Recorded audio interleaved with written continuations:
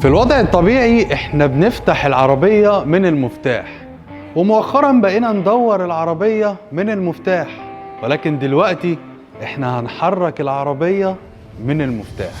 تعالوا نشوف زيكر 7X 2025 اللي بتيجي بقوة 310 كيلو وات، يعني حوالي 422 حصان، وبتوصل من 0 ل 100 في 5 ثواني و7 وبتقدر تجيب بالشحنة الواحدة لحد 780 كيلومتر. تصميم العربية فضائي، وخصوصا من قدام بسبب اللايت بار والإضاءات ال LED. العربية جاية معانا ب 11 كاميرا و12 شبكة رادار، وده اللي بيخليها متطورة جدا في أنظمة مساعدة السائق ومتطورة في وسائل الأمن والسلامة، وبيخليها كمان تقدر تتحرك زي ما شفنا من خلال المفتاح. العربية جاية بمرايات ضم كهرباء، بالإضافة إلى نظام النقط العامية مع فتحة سقف بانوراما وسنسورز أمامية وخلفية وكيلس انتري، والأوكر اللي على الأبواب بتدخل جوه جسم العربية عشان تديك انسيابية أحسن على الطريق.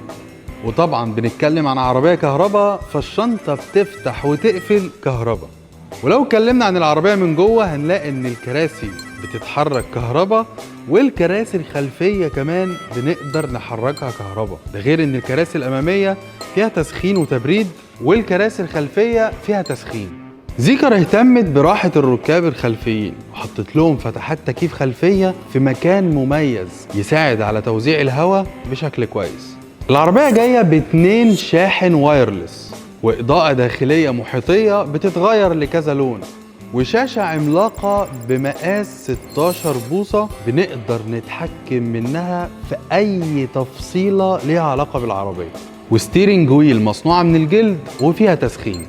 فرش الكراسي زي ما احنا شايفين مصنوع كمان من الجلد، والكراسي فيها مساج. والعربية جاية بساوند سيستم مكون من 21 سماعة.